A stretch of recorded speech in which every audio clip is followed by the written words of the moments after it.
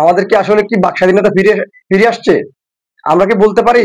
আমরা কি সত্যটা প্রকাশ করতে পারি? আপনাদের কাছে আমার প্রশ্ন। আসলে শারীরিকভাবে অসুস্থ তাই। তো আমার আজকের ভিডিওটা হচ্ছে বাক স্বাধীনতা নিয়ে। হঠাৎ করে সোশ্যাল মিডিয়ায় আহ, দেখলাম যে আমাদের বৈষম্য বিরোধী ছাত্র আন্দোলনের অন্যতম নেতা এবং কি বর্তমান এনসিপির অন্যতম নেতা হাসান আব্দুল্লাহ সাহেবের একটা ভিডিও চোখে পড়লো। তো এই প্রসঙ্গ নিয়ে কিছু কথা আগে ওনার কথাগুলো শুনি, তারপরে বলি।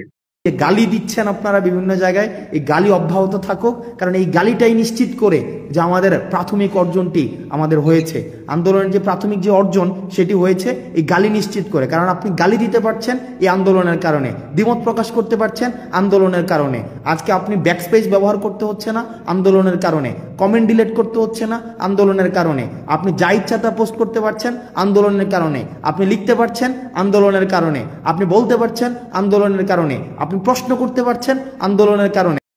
জি, এখন আমার কথা হচ্ছে, উনি যে বলল আপনারা এখন গালি দিতে পারতেছেন, ভিন্ন মত প্রকাশ করতে পারতেছেন, কমেন্ট ডিলিট করতে হচ্ছে না, আবার অনেক কিছু তিনি বুঝাতে চেয়েছেন। আদৌ কি সেটা সত্য? আদৌ কি আমরা এই যে ভিন্ন মত প্রকাশ করতে পারছি? আমরা কি যে আমাদের যে নিজের একটা যে মতামত, সেটা কি আমরা কি আসলে প্রকাশ করতে পারি? আমাদের কি আসলে কি বাক স্বাধীনতা ফিরে ফিরে আসছে? আমরা কি বলতে পারি? আমরা কি সত্যটা প্রকাশ করতে পারি? আপনাদের কাছে আমার প্রশ্ন। আমি যে এখানে কাউকে মেনশন করতেছি না, আমি জাস্ট আমার যে ভিতরে যে যে একটা প্রশ্ন জাগলো যে হাসান আব্দুল্লাহ সাহেবের ভিডিওটা দেখে, যে হ্যাঁ, এখন উনি বলতেছে যে আপনি গালি দিতে পারবেন, আপনি আপনার ওই যে কমেন্ট ডিলিট করতে হবে না, আপনি আপনার ওই যে কেউ যদি আমার উপর কিছু একটা চাপিয়ে দেয় আমি সেটাকে হ্যাঁ বলে মেনে নিবো, তা না, আমি আমার মত প্রকাশ করতে পারবো। তাহলে গাজীপুরের যে কিছুদিন আগে একটা ইয়ে হলো, পুলিশের এসপি মেবি বা যে ওসি একটা ফেসবুকে একটা কমেন্ট কে নিয়ে ওনার ক্লোজ করা হইলো। তাহলে এটা কি বাক স্বাধীনতা ফিরে আসছে? উনি ওনার মতের ওই যে উনি ওনার মনের কথাটা হয়তো বলছে ওখানে ওখানে কমেন্টে বলছে আর কি, তাই যে ওইটার পরিপ্রেক্ষিতে ওনাকে ক্লোজ করা হইলো। তাহলে বাক স্বাধীনতা ফিরে আসছে? তার আগে আরো কয়েকটা ঘটনা ঘটছে, আমি ওগুলো প্রকাশ করলাম না, আপনারা সবাই জানেন। পাশাপাশি ইতিপূর্বে আমরা আরো কয়েকটা এই যে আপনার বিভিন্ন আপনার সরকারি দপ্তরের লোকজনদের আপনার আহ, মানে লোকজনদের বিরুদ্ধে ব্যবস্থা নিয়েছে, যে আমরা সেটা বিভিন্ন সোশ্যাল মিডিয়ার মাধ্যমে দেখলাম। তো ওনাদের অপরাধকে ওনারা হয়তো মানে সত্যটা উপস্থাপন করছে বা সত্যটা প্রকাশ করছে, এই জন্য তো ওনাদের বিরুদ্ধে ব্যবস্থা নেওয়া হয়েছে। তাহলে আমাদের হাসরাত আব্দুল্লাহ সাহেব যে বললো আমরা বাক স্বাধীনতা ফিরে পেয়েছি, তাহলে এটা কি বাক স্বাধীনতা ফিরে পাওয়া? আমরা তাহলে কখন এই যে আমরা স্বাধীন হব? আমাদের বাক স্বাধীনতা কখন মানে স্বাধীন হবে? নাকি ওই যে সেই বাক স্বাধীনতাটা লিমিটেড করা, যে এই শ্রেণী বলবে এই শ্রেণী বলতে পারবে না, এই শ্রেণী কমেন্ট করতে পারবে এই শ্রেণী কমেন্ট করতে পারবে না? বিষয়টা মানে হঠাৎ করে এই জিনিসটা প্রশ্নটা আমার যে মনের ভিতরে ঘুরপাক খাচ্ছে, তাই আপনাদের সাথে শেয়ার করা। আপনারা ওই যে বাক স্বাধীনতা ফেরত ফিরে পাইছেন? আমরা তো 5ই আগস্টের পরে অনেক স্বপ্ন দেখছি যে হ্যাঁ, আমাদের দেশে নতুন একটা আমাদের একটা বাংলাদেশ তৈরি হবে।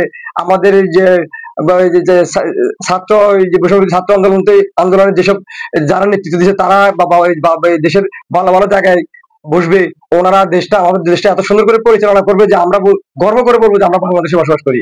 কিন্তু এখন আমরা মনে হচ্ছে যে বাংলাদেশে আমাদের জন্মগ্রহণ করাটাই ভুল। আমাদের আগে মনে করেন আগে একটা নিরাপত্তা ছিল, আগে একটা মনে করেন আপনার প্রত্যেকটা বিষয়ে জায়গায় একটা নিরাপত্তা, এই যে অন্তত নিজেকে নিরাপদ মনে করতাম, কিন্তু সেটাও তো এখন হারাই ফেললাম। বাসা থেকে বের হইতে ভয় পাই। বাক স্বাধীনতা বাদে দিলাম, যে নিজের জীবন বাঁচাতে তো এখন তিন মুশকিল। জীবন তো বাঁচাতে পারি না, রাস্তা সিএনজি এই যে চিন্তা করে যে কত কয়েকদিন যাবত দেখতেছি সোশ্যাল মিডিয়ার মাধ্যমে, তাও প্রকাশ্যে দিবালোকে গুলি করে চলে যাচ্ছে, মেরে ফেলতেছে। এগুলো তো আগে কতটুকু হয়েছে না হয়েছে তো জানি না, তবে এখন তো মানে আমরা দেখতে পাচ্ছি বিষয়টা।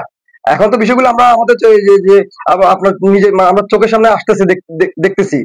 তাহলে ভালো মানে কোন সময়টা ছিল, আগেরটা নাকি এখনটা? ভালো অ্যাকচুয়ালি কখন হবে, যে আমাদের যে জনগণের ভালোটা কখন হবে? নির্বাচনের আগে, নির্বাচনের পরে, নাকি আগের সরকার আমলে? এটা আপনাদের কাছে আমার প্রশ্ন।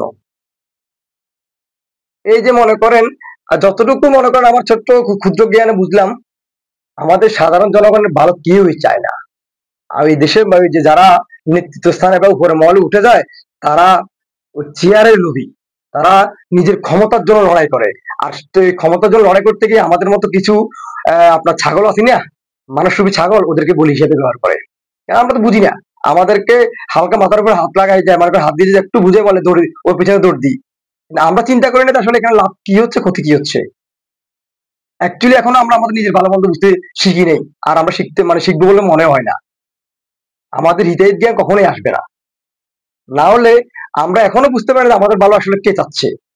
আমাদের ভালো যদি আমাদের উপরে মহলের ওই যে লোকজন যদি চাইতো, তাহলে ওনাদের এই যে ওনারা শুরু করে যে আপনার এই যে ওই যে সাইকেল দিয়ে, কিন্তু মাঝপথে গিয়ে দেখি যে ওই যে এটা কি বলে, রোলস রয়েস নাকি একটা গাড়ি আছে না, ওইটা দিয়ে মাঝপথে। পুরোটা তো শেষ করতাম না, ওই যে শেষ করতে পারলাম না, কেন হয়তো মাঝপথে আমিও থেমে যেতে পারি। তাহলে ওনাদের এত উন্নতি কোত্থেকে আসে? ওনারা যদি আমাদেরকে নিয়ে চিন্তা করে, আমাদের সাধারণ জনগণকে নিয়ে যদি ওনাদের এত চিন্তা চেতনা, তাহলে ওনাদের কিভাবে মনে করেন বা বাড়ি গাড়ি মনে করেন কেউ এই যে আপনার এই যে সাম্প্রতিক সময়ে তো আমরা অনেক কিছু দেখতেছি, এটা আসলে আর বললে তো আবার ওই যে বাক স্বাধীনতা সমস্যা ওখানে আটকা দিবে। বলতে চাই মানে বলতে গিয়ে বলতে পারি না, যে ওই মনে করেন গলার উপরে ছুরি ধরা ধরা আছে, বাট জবাইটা করতেছে না, বললে জবাইটা করে দিবে, সেজন্য বলতে পারি না। তাহলে এখন আমার কথা হচ্ছে যে সবকিছু মিলাই অ্যাকচুয়ালি জনগণের ভালোটা কে চায়? জনগণের ভালো চাওয়া ব্যক্তিটা সে কে? জনগণের ভালোই যদি চাইতো, তাহলে ওনাদের তো উন্নতি কিভাবে হয়? আর আমরা দিন দিন মনে করেন আপনার ডায়াবেটিস শুকে যাচ্ছি, কিন্তু অন্যরা মনে করেন ডায়াবেটিস থাকলে মোটা হচ্ছে। কেননা সুখ, ক্ষমতা, ক্ষমতা, বুঝছেন, ইনকাম, চতুর্দিক থেকে। আর যে গত কিছুদিন ধরে যে পরিমাণ দেখলাম, সব থেকে বড় কথা হচ্ছে এই যে বাবা, মানে সত্যি কথাই বলতে পারতেছি না এখন পর্যন্ত। আপনার মুখে আসতেছে কিন্তু বের হচ্ছে না, বের হলে তো সমস্যা। বাক স্বাধীনতা জবাই, নিজেকে রক্ষা এখন ওই যে আমরা এমন এক বাক স্বাধীনতা পাইছি যে সত্যি কথাটাই বলতে পারতেছি না এখন পর্যন্ত।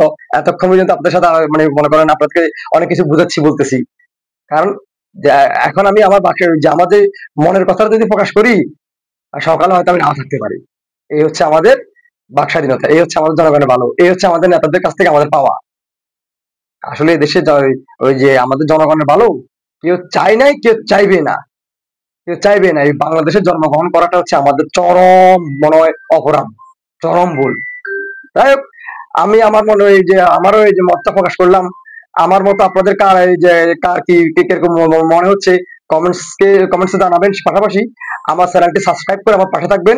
ধন্যবাদ সকলকে। আসসালামু আলাইকুম।